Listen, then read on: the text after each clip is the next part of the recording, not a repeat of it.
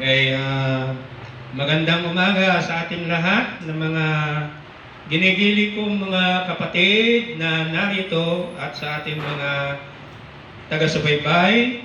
Purihin natin ang Diyos na buhay na buhay. Amen? Amen. Amen?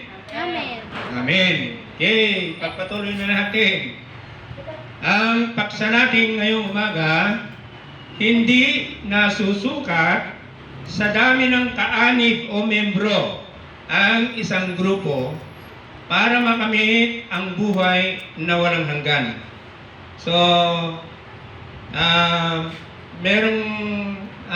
may mga grupo, ang dami nila, no? Parang tayo'y naiilang sa kanila. Naiilang tayo kasi kukunti lang tayo. Ito yung pinaka-puno ng Teacher and Sons of God. Tayo yung mga Board of Trustees. No? Yung ito, nandito, maliban doon sa mga dalawang bata. Okay?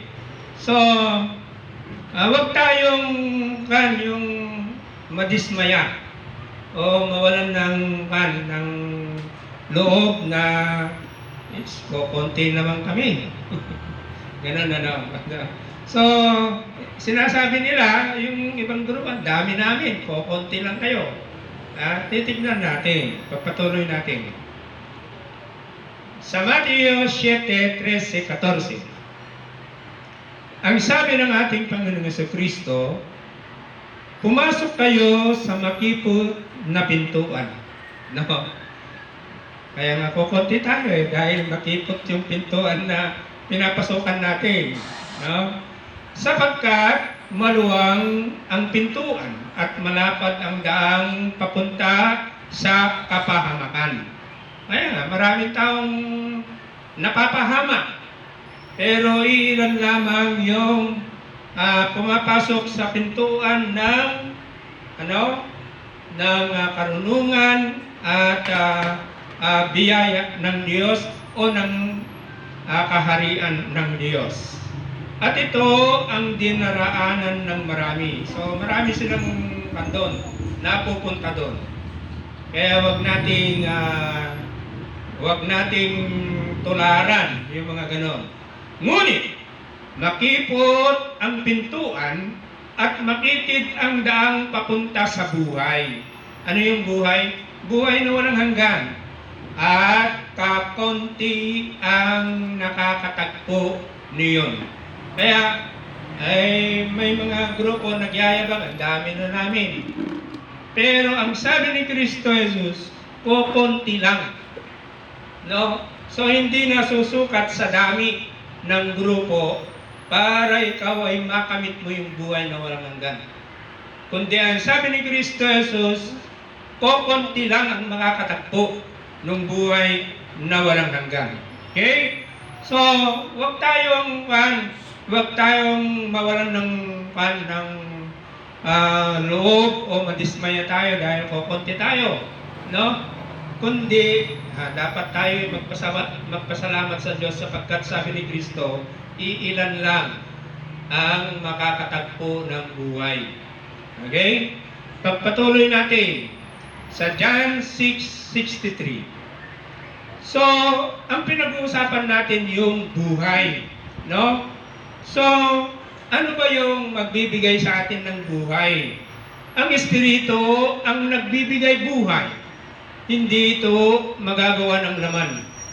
Ang mga salitang sinasabi ko sa inyo ay Espiritu at ito ang nagbibigay buhay. Yun pala. So, yung natin, yung tuwing tayo nagtitipon, tayo ay nakikinig ng salita ni Kristo na siya yung Espiritu, na siya rin yung nagbibigay buhay. Ano ba yung nagbibigay buhay? Yun yung buhay na walang hanggan. So maliwanag, yung salita ni Kristo Jesus, yun ay nagbibigay ng buhay na walang hanggan.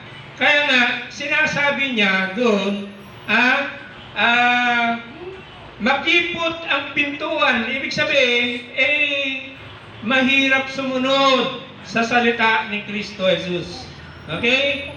At marami ang hindi sumusunod sa salita ni Kristo Jesus. Kaya ang sinasabi niya, makipot ang pintuan. No, sapagkat yung salita niya, yun ay makipot, maraming hindi sumusunod doon.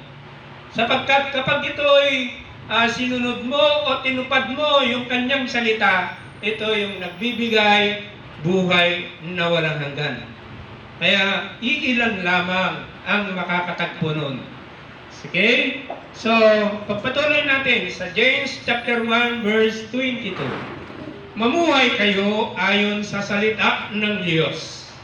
Kung ito ay pinapakinggan lamang ninyo, ngunit hindi sinasagawa, dinadaya ninyo ang inyong sarili. So mahalaga na tuparin o sundin yung salita ni Kristo Jesus. Mahalaga na ito ay isa sa buhay natin upang sa ganon ay makapit natin yung sinasabing buhay na walang hanggan. Sapagkat yung salita niya, yun yung nagbibigay buhay na walang hanggan. Okay? Ngayon, pagpatuloy natin sa sinulat ni Apostol Santiago, chapter 1, verse 21. Kaya't talikuran na ninyo ang inyong maruruming gawa at alisin ang masasamang asa. Mapagpakumbabang tanggapin ninyo ang salitang itinanim sa inyong puso. Ito ay may kakayahang magligtas sa inyo. You see that?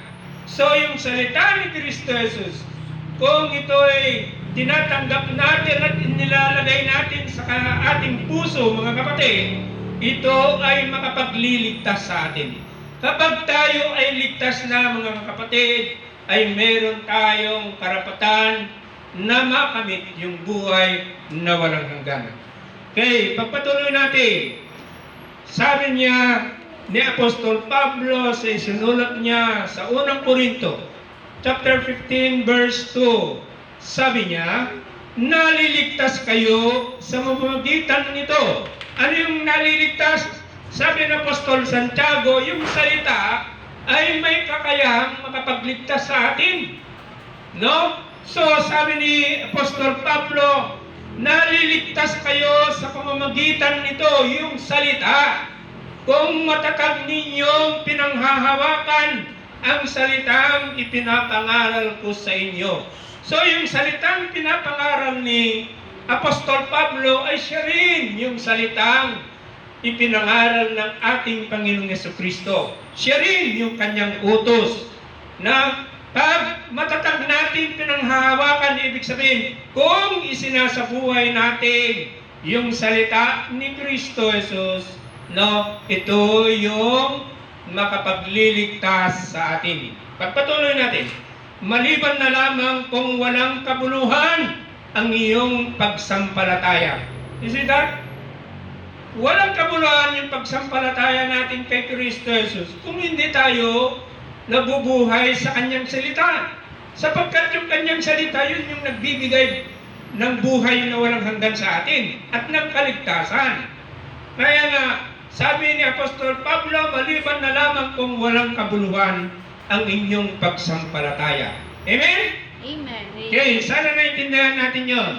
Sa Matthew chapter 24, verse 13, ang sabi ni Kristo Jesus, ito yung pinaka-paboritong salita natin, mga teacher and sons of God. Sa Matthew, sabi ng ating Panginoong Jesucristo, ngunit ang mananatiling tapat hanggang wakas ang siyang maliligtas. You see that? Saan ka tapat? Doon sa pagtupad ng salita. Tapat ka na ikaw ay nabubuhay sa salita ni Kristo Jesus. No? So, ang ibig sabihin, sa salita ni Kristo Jesus, no? Kung tayo'y mananatiling tapat, hanggang wakas ang siyang maliligtas. So, ibig sabihin, tapat tayong nabubuhay sa salita ni Kristo. Hanggang wakas. Ano yung hanggang wakas? Kahit pa kung tayo'y namatay na. No? Hanggang sa tayo'y itinakdang mamatay, tayo'y naging tapat, tayo'y nabubuhay sa salita ni Kristo Jesus, doon tayo maliligtas. So, ibig sabihin na hindi yung naniniwala kay Kristo Jesus, hindi ka naman sumusunod sa Kanya, hindi ka naman tapat sa Kanyang sumunod sa Kanyang salita, paano tayo maliligtas doon?